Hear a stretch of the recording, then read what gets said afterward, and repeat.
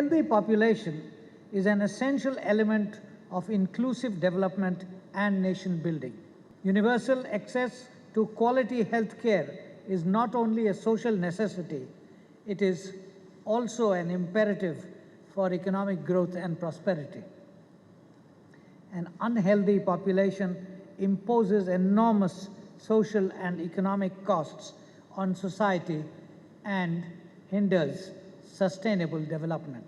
Since independence, we have made notable progress in medical sciences and healthcare. Our healthcare system today is a mix of public and private sector providers of health services.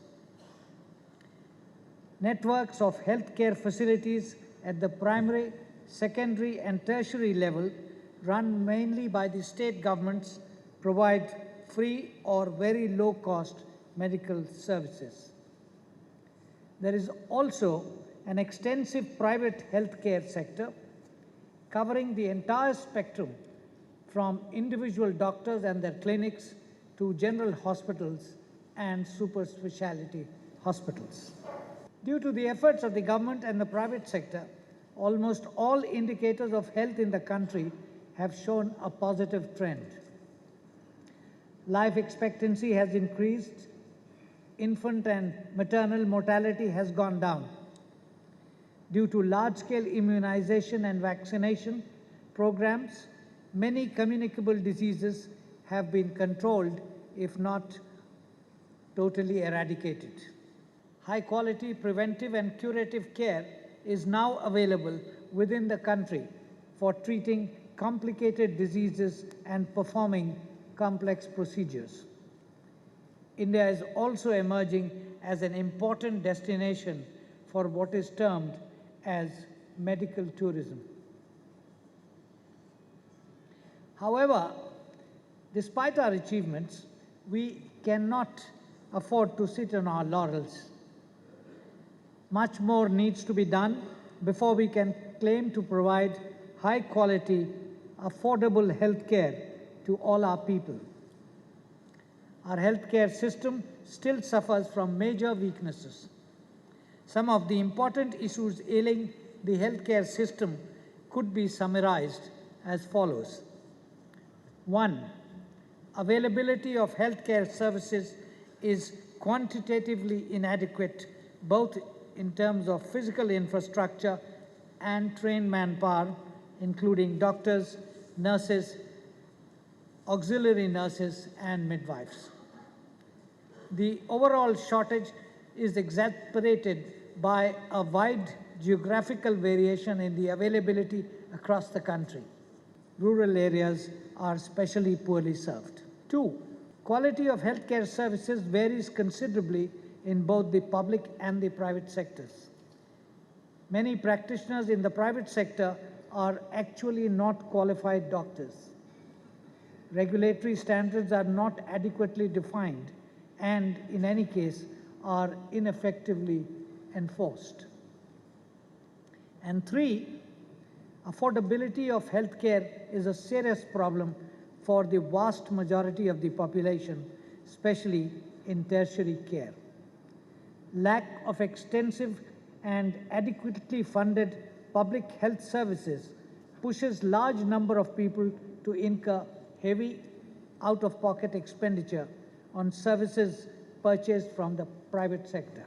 These problems are likely to worsen in the future as our large population continues to grow.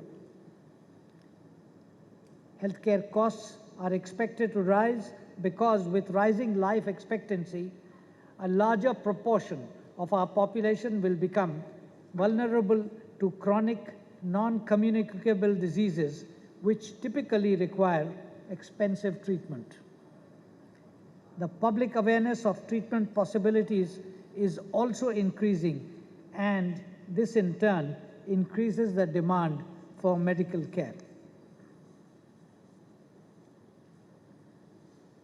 In the years ahead, we will have to cope with health problems reflecting the dual burden of disease, that is, dealing with the rising cost of managing non-communicable diseases while still battling communicable diseases that will remain a major public health challenge, both in terms of mortality and disability.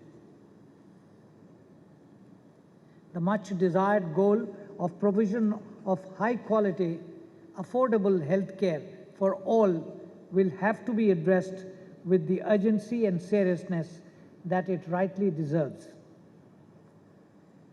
Its realization will have to be a collective effort of the government, private sector, and the non-profit sectors. The cost of not doing so, ladies and gentlemen, is evident. According to a 2005 WHO study, the estimated economic loss to India due to death caused by all diseases was 1.3% of the GDP. With an increase in the number of non-communicable diseases, this loss, if not checked, is apprehended to increase to 5% of GDP by the year 2015. The Planning Commission of the Government of India has concluded that deaths due to non-communicable diseases alone, which already account for nearly half of all deaths, are expected to rise cumulatively, and India stands to lose $237 billion during the decade 2005 to 2015, if timely interventions are not made. Similarly, communicable diseases are also major causes of morbidity and mortality, leading to lower levels of economic activity, missed educational opportunities, and a direct negative impact on growth due to high healthcare costs. Against the backdrop of larger healthcare issues that I have just mentioned, the relevance and importance of plastic surgery as an important area of medical sciences tends to get overshadowed. More so because some people erroneously consider plastic surgery as a luxury rather than a necessity, which exists only to feed the vanity of human beings.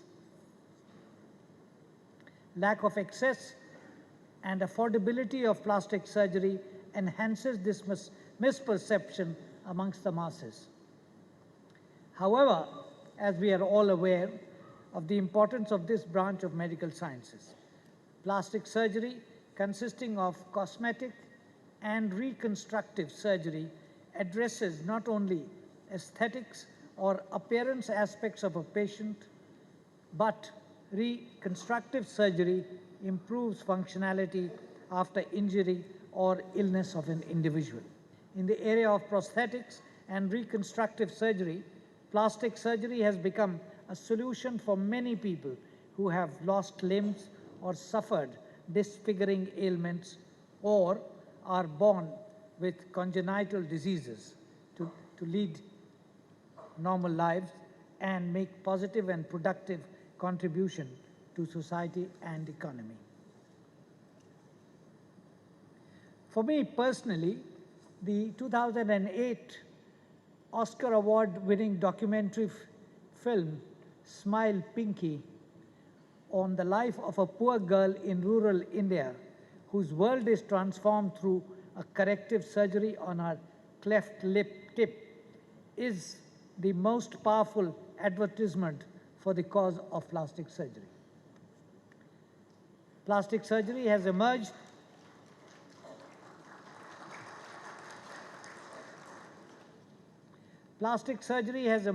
as one of the most beneficial and crucial medical procedures in the world. People born with physical deformities and others that have been in tragic accidents and suffered from injuries that have altered their physical appearance are able to restore themselves both physically and psychologically through undergoing plastic surgery. Changing one's appearance can also have a powerful impact on the way a person feels emotionally. It boosts his or her self-confidence and results in the patient living a far happier life, value of which cannot be quantified, and be generally more productive in daily activities. Friends, given the sheer size of our populace, it is logical that the target population in need of reconstructive plastic surgery will also be very large. So is the complexity and variety of diseases and deformities, congenital or accidental, with which they are afflicted and need treatment for. Abject poverty and growing inequality prevailing in our society compounds the problem. The challenge for you, ladies and gentlemen, is making available the unbelievable benefits of modern procedures in plastic surgery to the masses, especially to the poor and the needy. This corrective would obviously have to address the three issues of quality, affordability, and access in plastic surgery.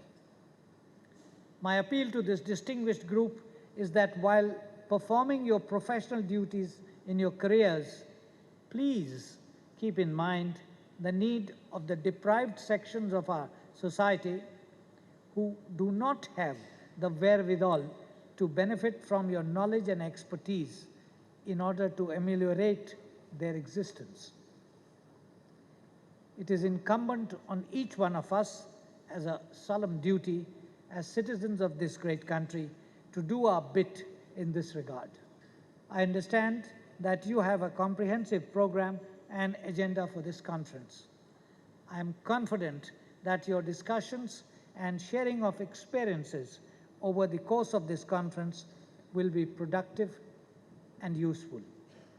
New ideas and solutions to the vexing problems would come out of your deliberations. I wish you all success. I thank the organizers for having invited me. Thank you very much. Jai Hind.